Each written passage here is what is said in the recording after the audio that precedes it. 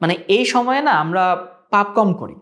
তুমি বাজে আড্ডা কম করো, ফোনে বাজে জিনিস কম দেখো, সবসময় আমরা নিজেদেরকে সংযত রাখি। সো বরং তুমি যদি চাও তাহলে রমজান মাসে আরও বেশি পড়াশোনা করতে পারবা। রমজান মাসের যে নিজস্ব তাৎপর্য আছে সেগুলো মেনটেনেন্সের পরেও দয়া করে এই বস্তু হাতে নিও না আর কি। এই বস্তু হাতে নেওয়া যাবে না, এটা হাতে নিলেই তুমি ধ্বংস। মাগরিবের নামাজের সময় ইফতার করবা, চেষ্টা করবা ভাজা পোড়া না খাওয়ার জন্য, আর গলা পর্যন্ত ইফতার না খাওয়া। আমি যেটা করি একেবারে ফল টল টক দই দিয়ে হালকা ইফতার করি, নামাজ পড়ার পরে গিয়ে হতেছে অল্প ভাতটা যেটা খাই সেটা খাই। আর যারা রাতে ঘুমাও তারা চেষ্টা করবা তারাবি পড়ে এসে আধা ঘন্টার মধ্যে ঘুমে যেতে। যদিও কাজটা টাফ, কারণ সোশ্যাল মিডিয়ার সব আলোচনা শুরুই হয় রাত 11টায়, বাট স্টিল এটা বেশি ভালো। আসসালামু আলাইকুম কাচ্চা বাচ্চারা, সবাইকে পবিত্র মাহে রমজানের শুভেচ্ছা জানিয়ে ভিডিওটা শুরু করছি। রমজান তো চলেই আসছে, তাই না? এখন আমরা যারা মুসলিম আছি আমাদের লাইফে হিউজ একটা ইম্প্যাক্ট রাখে রমজান মাস। আমাদের সবার রুটিনটা পরিবর্তন হয়, নতুন একটা লাইফস্টাইলে আমাদের অভ্যস্ত হতে হয়। এবং আমার ধারণা বাংলাদেশে শুধু মুসলিমদের লাইফে রমজান প্রভাব রাখে এমন না, যেহেতু পুরো দেশের সিংহভাগ হচ্ছে মুসলিম।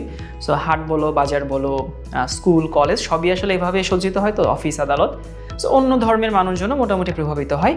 তো তোমরা অনেকে মনে করো রমজান মাস পড়াশোনা বোধহয় না করলে হবে, রমজান মাসে রোজা রেখে পড়াশোনা করা যায় না, টাইম পাই না। আমি তোমাদেরকে এখানে একটা সুন্দর রুটিন করে দিব, তুমি বুঝতে পারবা রমজান মাসেও পড়াশোনা করা যায়। আর রমজান মাস আসলে এত এই সময়ে না আমরা পাপ কম করি। তুমি বাজে আড্ডা কম করো, ফোনে বাজে জিনিস কম দেখো, সবসময় আমরা নিজেদেরকে সংযত রাখি। সো বরং তুমি যদি চাও তাহলে রমজান মাসে আরও বেশি পড়াশোনা করতে পারবা। রমজান মাসের যে নিজস্ব তাৎপর্য আছে সেগুলো মেনটেনেন্সের পরেও। কীরকম আমি খুব সংক্ষেপে বলি, তুমি যে ক্লাসেই পড়ো, তুমি you might be in class 8, 9, 10, 11, 12 admission, even কি বলে ইউনিভার্সিটিতে পড়তে পারো। দেখো অনেকে তোমরা আছো যারা সেহরি করে ঘুমাও, অনেকে আছো ঘুম থেকে উঠে সেহরি করো। এখন আমি তোমাদেরকে সহজে বলে দিই, যদি এমন হয় যে তুমি আসলে ওই রাতের প্যাচে আর কি রাতে ঘুমাও না, তোমরা অনেকেই করো। তো আমি ধরে নিলাম প্রথম 10 পারা তো তোমরা জানো যে ইয়া করে হয়, তোমার 1.5 পারা করে পড়ানো হয় প্রথম কয়েকদিন। সো তারাবিতে আমার মনে হয় না যে কোনো মসজিদে 11টা পর্যন্ত তারাবি হয়। ধরলাম 11টায় তারাবি শেষ হলো বা 10:30টায় শেষ হলো, তুমি এসে 10-15 মিনিট রেস্ট নিলা আর কি। আমি রাত থেকে শুরু করছি, তারাবির পর থেকে শুরু করছি। রেস্ট নিয়ে তুমি 11:30টা থেকে পড়তে বসলা। যদি তুমি ওই প্যাচা হও আর কি, রাত জাগা ভালো না, বাট অনেকে রাত জাগো। এখন 1 মাসের জন্য রুটিন তো চেঞ্জ করা উচিত না। চেঞ্জ করলেও তুমি আসলে ঘুমাইতে পারবে না, দেখবা আসে ঝিম ধরে শুয়ে আছো তাও ঘুম আসছে না, অনেকের এরকম হয়। দয়া করে এই বস্তু হাতে নিও না আর কি। এই বস্তু হাতে নেওয়া যাবে না, এটা হাতে নিলেই তুমি ধ্বংস। এটা হাতে নিলেই তোমার 2-3 ঘন্টা চলে যাবে। তো তারাবি পড়ে এসে তুমি যদি 10:30 বা 11টা বা 11:30 থেকে পড়তে বসো, আর তুমি যদি সেহরি পর্যন্ত পড়াশোনা করো, অ্যাটলিস্ট 5 থেকে 5.5 ঘন্টা তোমার পড়াশোনা হবে। দেখো 5.5 ঘন্টা পড়াশোনা করতে পারছো, এবার তুমি বাসায় আঙ্কেল আন্টি সবাইকে ডেকে তুললা, সবাই খাবার দাবার রেডি করলো, তুমি গিয়ে খাওয়া দাওয়া করলা, তারপর ফজরের নামাজ পড়ে তুমি ঘুমাইলা। যদি তুমি 5টার দিকে ঘুমাও, তুমি উঠবা ঠিক জোহরের আজানের আগ পর্যন্ত। এখানেও তোমার কিন্তু আমাদের যে কয় ঘন্টা ঘুম দরকার, 6 ঘন্টা 6.5 ঘন্টা ঘুম কিন্তু এখানে হয়ে যায়। তাহলে তুমি 5 থেকে 5.5 ঘন্টা রাতে পড়তে পারলা, আর এখানে ফজরের নামাজ পড়ে এসে ঘুমানোর পরে 6 ঘন্টার মতো ঘুমাইতেও পারলা। ভাই আর কি পড়ার সময় নেই? আরও পড়ার সময় আছে। তুমি যেহেতু ঘুমাইছো, তোমার কিন্তু খুব একটা খাবার দাবার হজম হয় না আর কি। ও আরেকটা কথা, আমরা মনে করি সেহরিতে গলা পর্যন্ত খাইলেই ক্ষুধা লাগবে না, অথবা সেহরিতে পারলে পানি সবাই কলস ধরে খাও। এগুলো খেয়ে লাভ নেই আসলে, এক্সট্রা খাইলেই তাড়াতাড়ি বের হয়ে যাবে আর কি। সো এটা খেয়ে খুব একটা লাভ নেই, পরিমিত খাবার দাবার খেও। আর চেষ্টা করো খানিকটা আগে খাওয়া শেষ করতে। সেহরির সময় শেষ হওয়ার পরে তখন একটু হাঁটাচলা করলা, খাবারটা একটু হজমের দিকে গেল, একটু বেশি পানি খাইতে পারলা, ওইটা ঠিক আছে। এবার তুমি জোহরের নামাজ গোসল করে জোহরের নামাজ পড়লা। জোহরের নামাজের পর থেকে আসরের নামাজের পরে আগ পর্যন্ত তুমি আরও 2 ঘন্টা পড়তে পারো। হ্যাঁ, এই যে তুমি পড়াশোনা করবা, আমি বলছি না একটা না পড়াশোনা করতে হবে। তুমি চাইলে তোমার মতো করে একটু ব্রেক নিতে পারো, একটু বন্ধুর সাথে কথা বলতে পারো, গজল শুনতে পারো, কোরআন তেলাওয়াত শুনতে পারো বা কোরআন তেলাওয়াত করতে পারো, এটা তো কোনো আপত্তি নেই। পড়াশোনার খুব একটা ক্ষতি হবে না। বাট দয়া করে ফেসবুক এখানে যেও না। এমনিতেই চোখের রোজা হালকা হয়ে যায় ভাই, কত টাইপের জিনিসপত্র দেখা যায়। তোমার রোজাটাও ঠিক থাকলো, তোমার সময়ও বাঁচলো। এরপরে তুমি আসরের নামাজ পড়তে গেলা। আসরের নামাজের পরে আমি বলবো না পড়াশোনা করতে হবে, তোমার পড়াশোনা করার দরকার নেই, এই একাডেমিক পড়াশোনা। আসরের নামাজের পরে তুমি দেখবা যে অনেক মসজিদে অনেক আলোচনা হয়, ইসলামিক আলোচনা হয়, তুমি সেগুলো শুনতে পারো, তুমি সেখানে পার্টিসিপেট করতে পারো।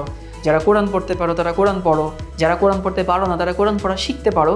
সো আমি বলবো আসর থেকে মাগরিবের যে সময়টা, খুব বেশি সময় থাকে না, ওই সময়টাতে তুমি চেষ্টা করবা যে মেইন একাডেমিক পড়াশোনার বাহিরে তুমি ধর্মীয় কিছু অনুশাসন করা বা সেখানে কোনো কিছু পালন করা, এই কাজগুলো সবাই একটু করবা। মাগরিবের নামাজের সময় ইফতার করবা, চেষ্টা করবা ভাজা পোড়া না খাওয়ার জন্য আর গলা পর্যন্ত ইফতার না খাওয়া।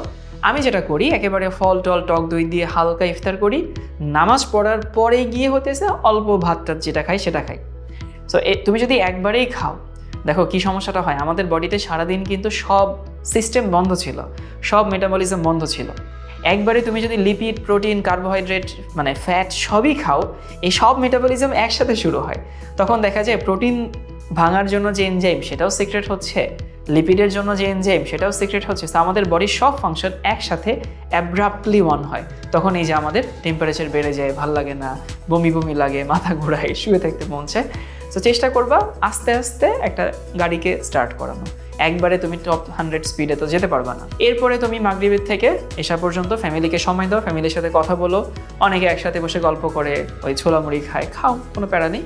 তারপর তুমি আবার হচ্ছে তারাবির নামাজে যাও। আর চেষ্টা করবো তারাবির নামাজে গিয়ে ওই 10 রাকাত 12 রাকাত না পড়ে চলে আসার, মানে এটা করবা না, তোমরা অবশ্যই হতেছে পুরো তারাবিটা পড়ে তারপরে আসবা। তাহলে বুঝতে পারছো যারা রাত জাগো তাদের জন্য রুটিনটা হচ্ছে তারাবির পর থেকে ফজরের পর্যন্ত বা সেহরি পর্যন্ত পড়াশোনা করব, সেহরির পরে নামাজ পড়ে এসে ঘুমাবো, তারপরে হচ্ছে জোহরের আজানের আগে উঠবো, জোহরের নামাজ পড়ে আসর পর্যন্ত পড়াশোনা করব, আসর থেকে মাগরিব পর্যন্ত আমি কোরআন তেলাওয়াত করতে পারি, ইসলামিক আলোচনা শুনতে পারি, কোরআন তেলাওয়াত শুনতে পারি, আর এরপরে বাকি সময়টুকু তোমার মতো করে কাটাও। এখানে তুমি দেখো 7 থেকে 8 ঘন্টা পড়ার সময় বের করতে পারছো, এবং জ্ঞান অর্জন কিন্তু একটা আসলে ভালো কাজ, সওয়াবের কাজ, এখানেও তুমি ক্ষতিগ্রস্ত হচ্ছ না। আর যারা রাতে ঘুমাও তারা চেষ্টা করবা তারাবি পড়ে এসে আধা ঘন্টার মধ্যে ঘুমায় যেতে। যদিও কাজটা টাফ, কারণ সোশ্যাল মিডিয়ার সব মানে আলোচনা শুরুই হয় রাত 11টায়, বাট স্টিল এটা বেশি ভালো। তুমি তারাবি পড়ে এসে ঘুমাবা, উঠবা সেহরির আগ পর্যন্ত, অ্যালার্মে উঠবা এবং সেহরি করে ফজরের নামাজ পড়ে পড়তে বসবা। সো এরপরে প্রথম গ্রুপ এইখানে যখন ঘুমাচ্ছিল তুমি তখন পড়তে বসবা, একেবারে জোহর পর্যন্ত পড়বা, মাঝখানে ব্রেক নাও, পাওয়ার ন্যাপ নাও, কোনো সমস্যা নেই, খাওয়া দাওয়ার তো ঝামেলা নাই। সো তুমি জোহরের নামাজ পড়ার পরে আবার আসর পর্যন্ত পড়বা।